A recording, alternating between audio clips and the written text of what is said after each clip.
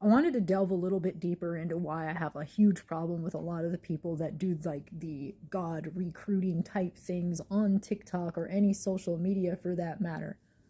And like I said, I think it's really great that if you see somebody talking about a deity and you kind of go, oh, I want to learn about the deity, that is perfectly fine. Do that. Rock on with your bad self. There's no harm in learning and seeing if you make a connection with that deity and seeing if you get signs.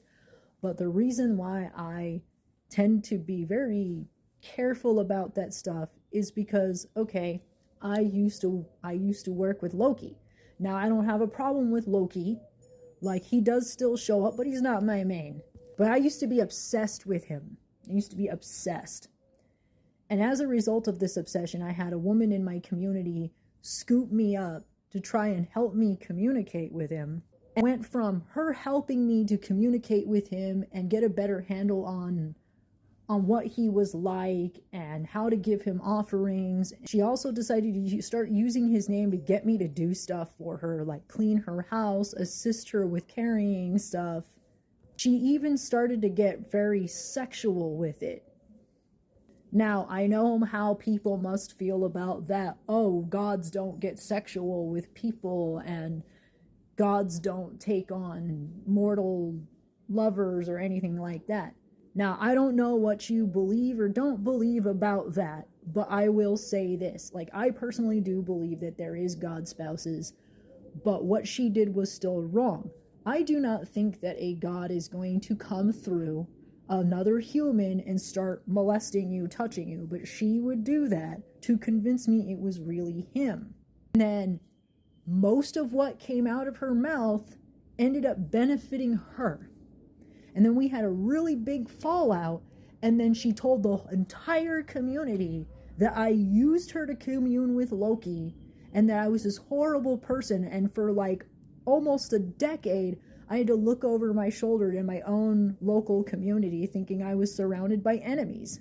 Now, I'm not going to name names with this person. She had her own issues. She had some disabilities that she was struggling to get help with.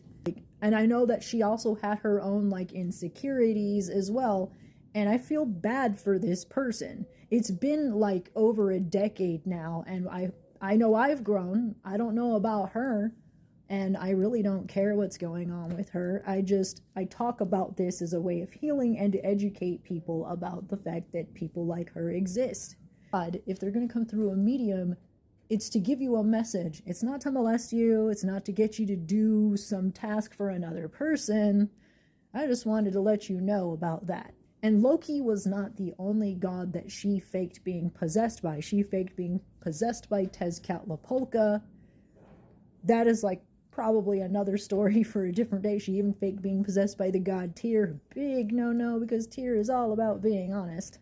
So I always try to be careful about anybody that tries to push you in a direction, because sometimes it ends up being about them having control or them getting something out of it.